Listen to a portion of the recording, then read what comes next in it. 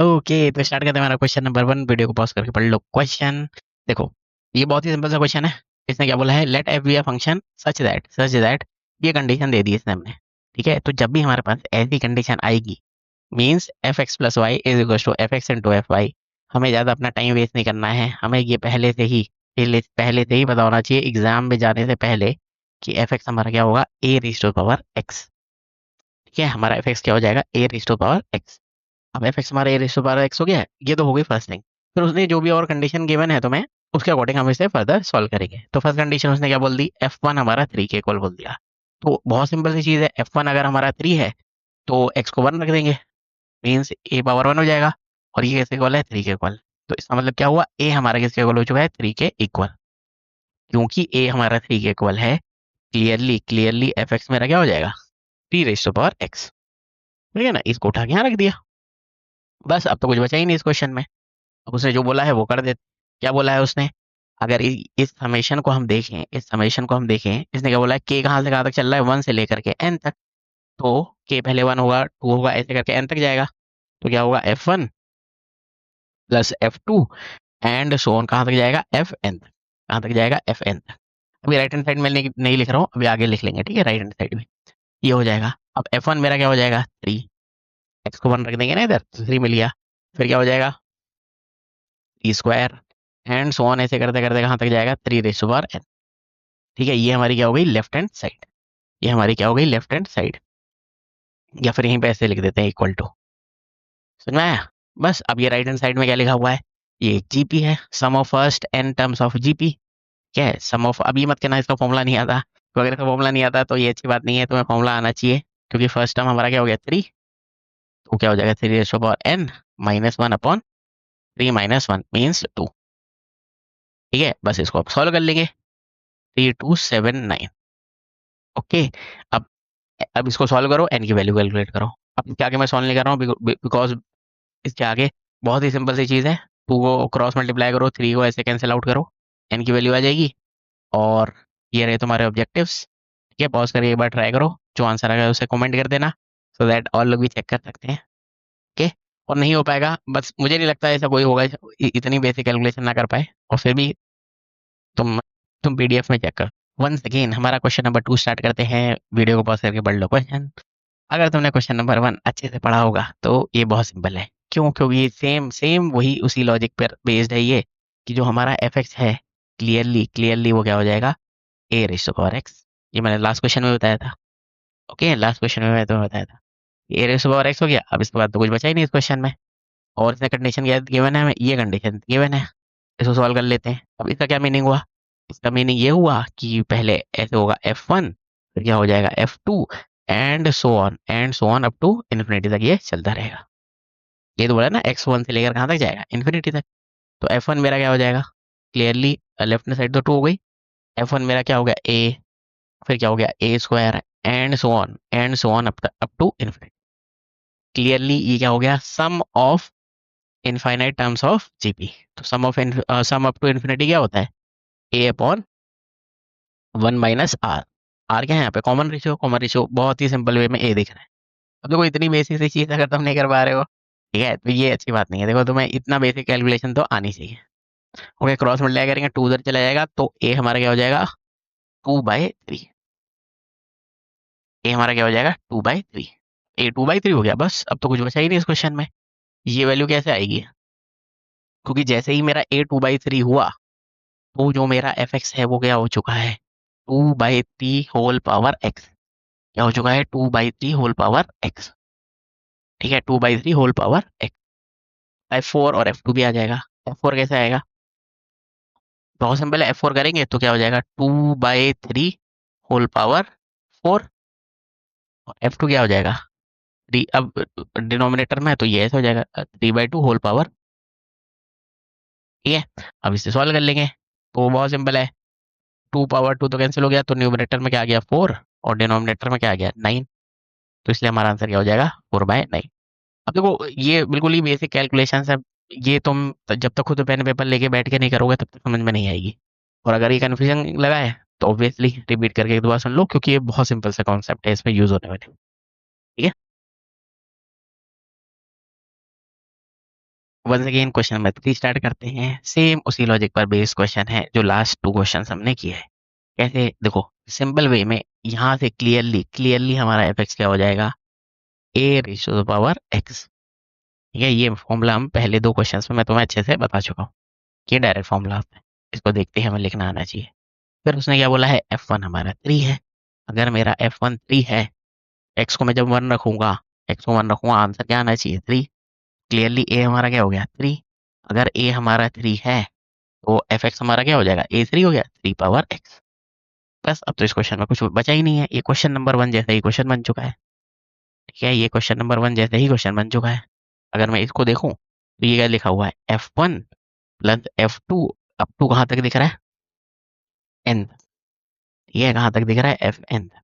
ये क्या मिल जाएगा मुझे, 3 plus 3 square plus 3 cube up to कहाँ तक जाएगा, 3 रेज़ टू पावर n। फिर से वही हो गया, sum of first n terms of GP. ठीक है, फिर क्या हो जाएगा, फिर से वही चीज़ हो गई, sum of first n terms of GP. तो अब इसके आगे तुम्हें खुद सॉल्व करना है। एक बार वीडियो को पॉज करो, खुद से ट्राई करो, एन टर्म्स ऑफ जीपी करो और 363 के उसे इक्वल करो। ठीक है, तो अब इसके आगे मैं सॉल्व नहीं कर रहा हूँ। ओके, और ये रहे तुम्हारे, नहीं ये इंटीजर टाइप था, ऑब्जेक्टिव नहीं है। तो बेस्ट थिंग यही है, पॉज करके ट्राई करो, जो आंसर आएगा उसे कमेंट कर देना, तो दैट और लोग भी चेक कर सकते हैं। और नहीं हो पाए तो कैलकुलेशन तो पीडीएफ में देख सकते हो। ठीक है, ओके, तो स्टार्ट करते हैं क्वेश्चन नंबर 4। अगर तुमने फर्स्ट 3 क्वेश्चन अच्छे से समझ के किए होंगे रिपीट करके, जैसे मैंने बोला, तो ये वाला बहुत सिंपल है। थोड़ा सा उन्होंने तुम्हें कंफ्यूज किया है, ये कब आया था, जेई मेंस 2019 का पीवाईक्यू है ये। बस थोड़ा सा ही उन्होंने तुम्हें कंफ्यूज किया है। कैसे कंफ्यूज किया है, देखो, सबसे पहले वो तो बहुत बेसिक सी चीज हो गई। ठीक है, ए पावर एक्स, ए हम 1 रख लेंगे। तो अगर तुम्हारी थोड़ी कैलकुलेशन फास्ट है तो तुम इसको देख के ही क्लियरली ऐसे लिख पाओगे, 2 रेज़ टू पावर एक्स। ठीक है, अब ये फास्ट कैलकुलेशन होगी, प्रैक्टिस होगी तो देख के लिख पाओगे। तो प्रोसीजर वही है जो फर्स्ट 3 क्वेश्चन हमने देखा। ओके, तो एफ एक्स हमारा क्या होगा, 2 रेज़ टू पावर एक्स। अब उसने ये बोला है कि ये जो बड़ा सा समेशन है, ये या बड़ी सी इक्वेशन है, इसको सॉल्व करना है और या फिर सिंप्लीफाई करना है और ए की वैल्यू हमें चाहिए।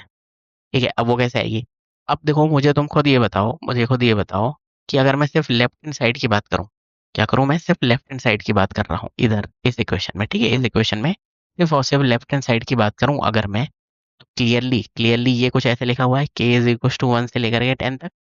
और एफ ए प्लस के को मैं क्या लिख सकता हूँ, 2 raise to power A plus के।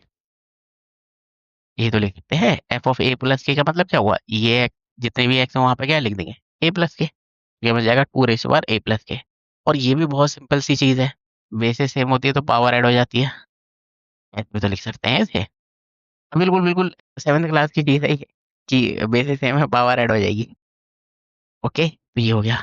अब जो यहाँ पर समझने वाला पॉइंट है, जहाँ पर तुम में से मैक्सिमम लोग मिस्टेक करते हो, वो ये है कि, और ये पूरे मैथमेटिक्स के लिए इंपॉर्टेंट है। ठीक है, और पूरे आईआईटी जेईई के सिलेबस के लिए इंपॉर्टेंट है ये वाला कॉन्सेप्ट जो मैं बता रहा हूँ, कि देखो ये समेशन जो है, अगर मैं तुमसे पूछूं ये समेशन किसका है, ये समेशन है के का समेशन। समेशन कितना है, के का।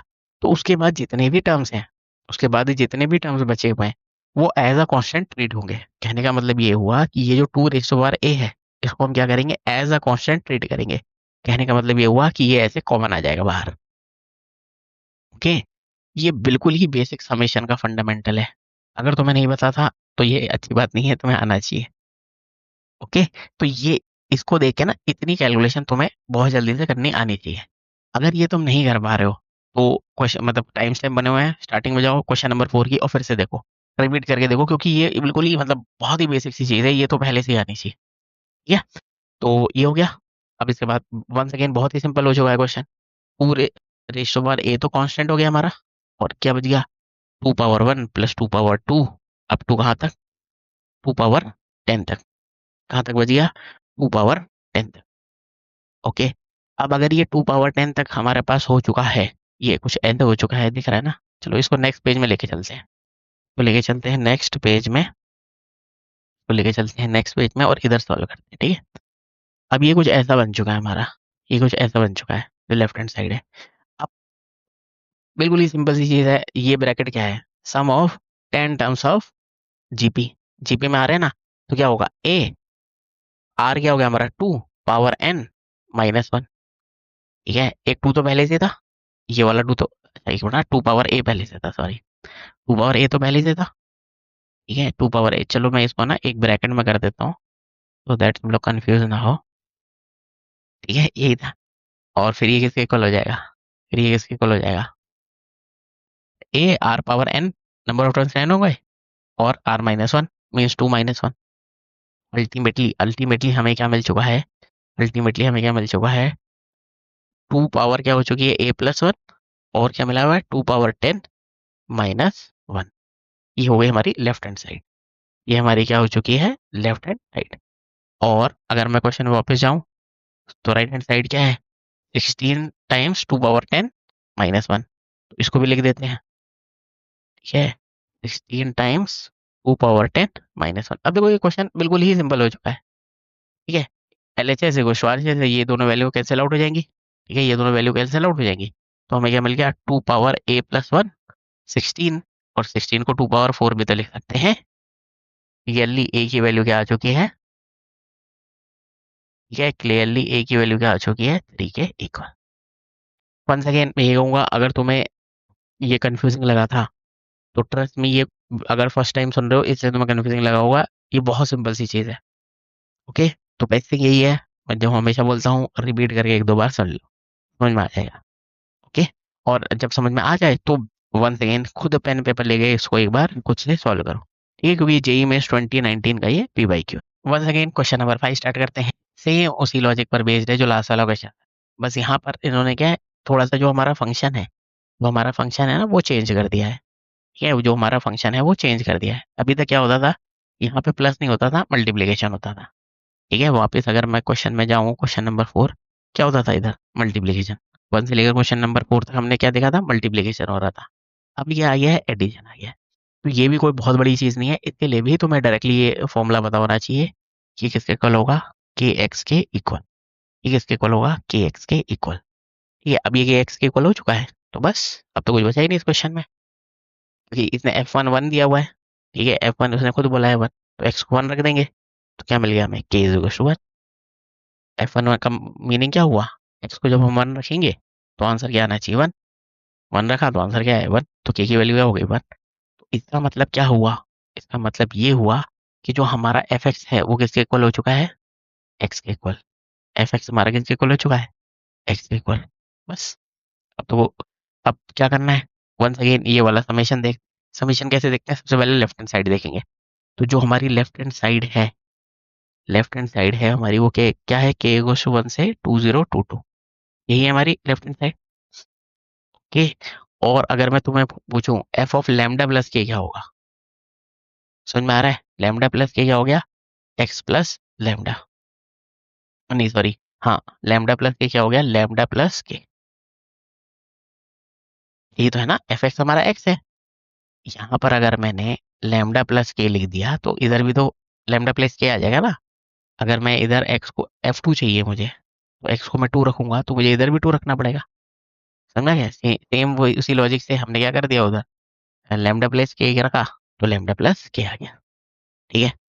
अब वंस अगेन, अब देखो यहाँ पर तुम में से बहुत सारे लोग फिर से कंफ्यूज हो सकते हो जिन्होंने समेशन थोड़ा सा भी नहीं पढ़ा है, कि देखो मैंने लास्ट क्वेश्चन में तुम्हें बताया था ना कि जो अब ये समेशन के का है, तो लैम्डा यहाँ पर एज अ कांस्टेंट ट्रीट होगा, लेकिन ये इसके बाहर नहीं आएगा, क्यों, क्योंकि यहाँ पे एडिशन है ना, कॉमन नहीं आ सकता।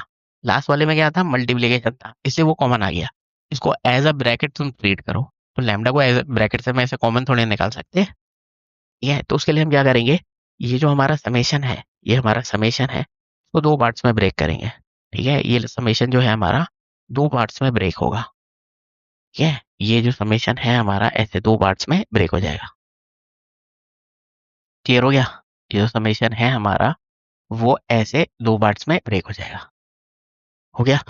और अब इसको हम क्या करेंगे, इधर से लैम्डा कॉमन लिख लेंगे, क्या लैम्डा इधर से हमने कॉमन लिख लिया, तो क्या बच गया, के इज इक्वल टू वन से लेकर के 2022, और इधर अब क्या बच गया, वन, और इधर इसका फॉर्मूला अप्लाई कर देंगे। अब ये मत कहना इसका फॉर्मूला नहीं आता, ठीक है, के इज इक्वल टू वन से लेकर 2022 तक means first N natural numbers का ये डायरेक्ट फॉर्मूला होता है, नहीं बताता तो आज के बाद मेमोराइज रखना, ठीक है, नहीं बताता तो आज के बाद मेमोराइज रखना।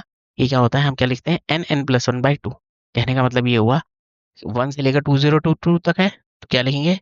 n मीन्स 2022, फिर n+1, 2023, ठीक है, 2023 बाय 2। ठीक है, नहीं समझ में आया रिपीट करके 2-3 बार सुनो, क्योंकि ये डायरेक्ट फॉर्मूला था। ठीक है, ये जो था डायरेक्ट फॉर्मूला था, n+1/2, ये मिल गया। और इसका फॉर्मूला क्या होता है? 1 कितने टाइम्स है? 1 1 1 1 ऐसे कितनी बारी आ रहा है? समेशन है ना, 2022 टाइम। इसका भी डायरेक्ट फॉर्मूला होता है, वो क्या होता है? 2022, जो है उसी को लिख दो। समझ में आ गया ना, जो है उसी को लिख दो। अब अगर मैं इसको एक बार के लिए नेक्स्ट पेज में लेके चलूं, इसको मैं नेक्स्ट पेज में लेके चलूं, तो हमारे पास ये कुछ ऐसा बन चुका है। ओके, अब ये दो फॉर्मूले मैंने थोड़े फास्ट बताए तुम्हें, क्योंकि अब देखो फॉर्मूले है ना, उसमें मैं क्या ही समझाऊंगा, क्योंकि फॉर्मूला है तो फॉर्मूला ही होता है। ए, तो अब ये हो गया, और हमारी राइट हैंड साइड थी smaller than 2022 smaller than equals to 2022 power, ये थी ना हमारी राइट हैंड साइड, ये थी। अब बस इसे सॉल्व करना है। ठीक है, तो अब पहले ही 2022 तो कॉमन आ गया, 2022 कॉमन आ गया, और हमारे पास लेफ्ट हैंड साइड में क्या बच गया? Lambda plus 2023/2 smaller than 2022। ठीक है, अब इसको राइट में ले जाओ, सॉल्व कर लो। ओके, तो अब इसके आगे मैं तुम्हें सॉल्व नहीं कर रहा हूँ, वीडियो को पॉज कर रहा हूँ, मैक्सिमम 1 मिनट का टाइम लो। ओके, और ये तुम्हारा इंटीजर टाइप था। ठीक है, ये तुम्हारा इंटीजर टाइप था। ट्राई करो खुद से, जो आंसर आएगा उसे कमेंट कर देना, सो दैट और लोग भी चेक कर सकते हैं। और अगर फिर भी ना हो पाए कैलकुलेशन, तो पीडीएफ देख सकते हो। ठीक है, ओके, तो स्टार्ट करते हैं हमारा क्वेश्चन नंबर 6। देखो, अगर क्वेश्चन नंबर 1 से लेकर के क्वेश्चन नंबर 5 तक तुमने अच्छे से किया होगा, तो इसको भी तुम बहुत इजीली सिंपल वे में कर पाओगे। क्यों? क्योंकि इन्होंने जो अभी तक हमने दो कंडीशंस पढ़ी हैं, उनको कंबाइन कर दिया है। कौन कौन सी? देखो, फर्स्ट कंडीशन ये वाली थी कि एफ एक्स को मैं क्या लिखूंगा? इतना देखने के बाद के एक्स। सेकंड क्या था? सेकंड क्या था? इतना देखने के बाद जी एक्स को मैं डायरेक्टली क्या लिख पाऊंगा? जी एक्स को मैं डायरेक्टली क्या लिख पाऊंगा? ए रेस टू पावर एक्स। इतना मैं तुम्हें बता चुका हूँ। ठीक है, इतना हम क्वेश्चन नंबर 1 से लेकर क्वेश्चन नंबर 5 में बहुत अच्छे से देख चुके हैं। अब आगे उसने क्या बोला है? आगे उसने ये वैल्यू दी है हमें एफ के लिए, और ये वैल्यू दी है हमें जी के लिए। तो 1 बाय 1 करते हैं। तो एफ ऑफ -3/5, एफ ऑफ -3/5, तो एक्स -3/5 कर देंगे। एफ ऑफ -3/5 का मतलब क्या हुआ? जितने भी एक्स है उधर क्या लिखेंगे? -3/5, और ये टोटल किसके इक्वल हो जाएगा? वैल्यू के इक्वल। के हमारा क्लियरली क्या आ चुका है? -20।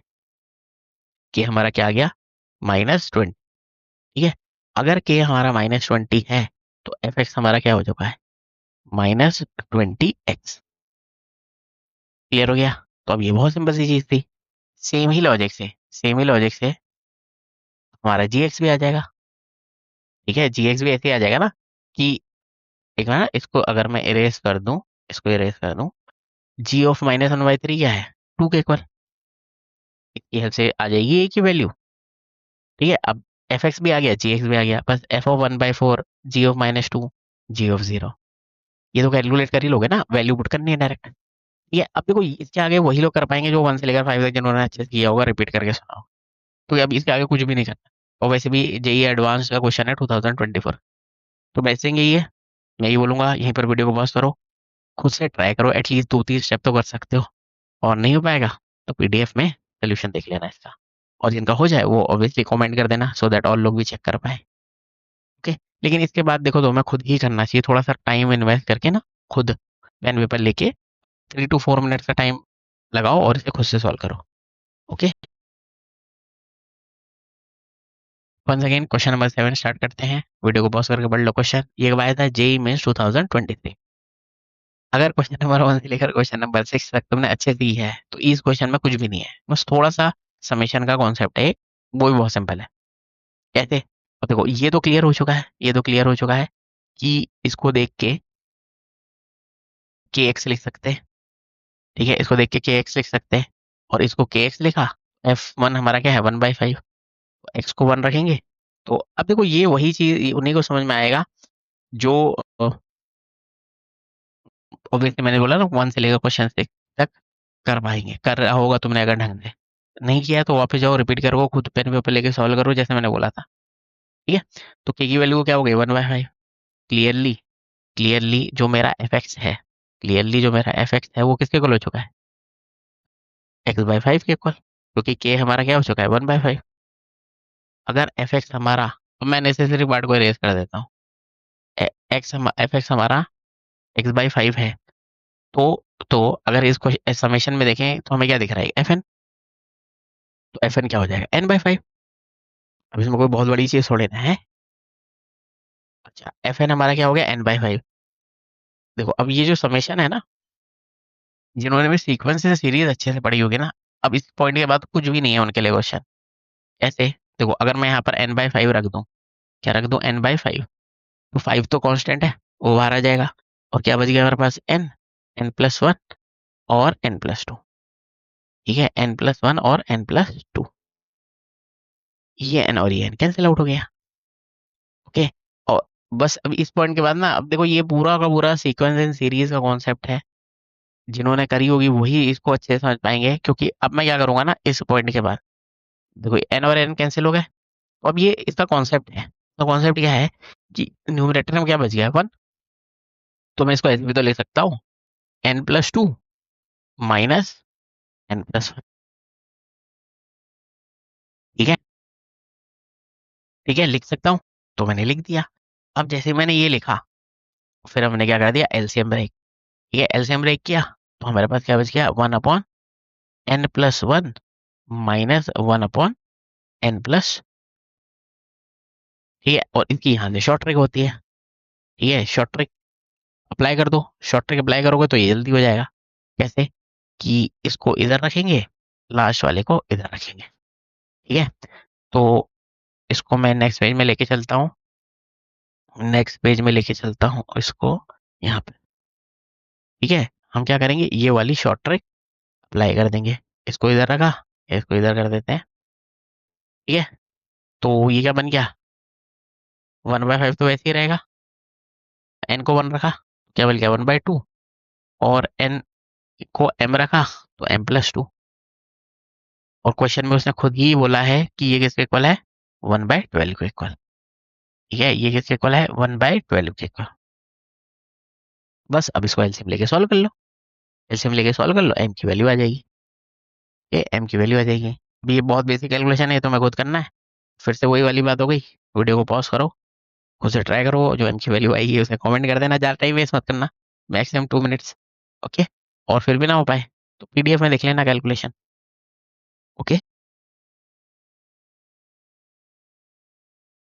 ओके, तो स्टार्ट करते हैं हमारा क्वेश्चन नंबर 8। देखो अब ये वाला क्वेश्चन, देखो अब 1 से लेकर 7 तक की हो गई, तो देखो अभी इसके आगे तुम्हें खुद करना चाहिए, क्योंकि सेम फिर से वही वाला फंक्शन आ गया के एक्स वाला।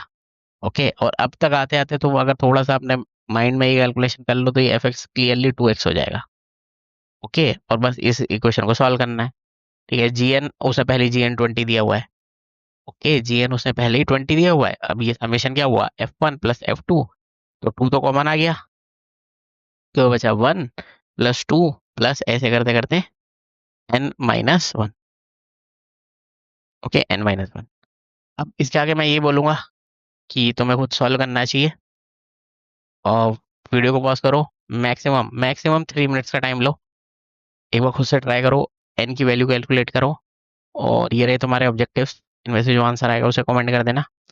ओके, और नहीं हो पाएगा तो पीडीएफ में भी देख सकते हो सोल्यूशन, और इसका मैं डिटेल एक्सप्लेनेशन वीडियो बना दूंगा। ठीक है, डिटेल एक्सप्लेनेशन वीडियो बना दूंगा, उसकी प्लेलिस्ट तुम्हें डिस्क्रिप्शन में मिल जाएगी।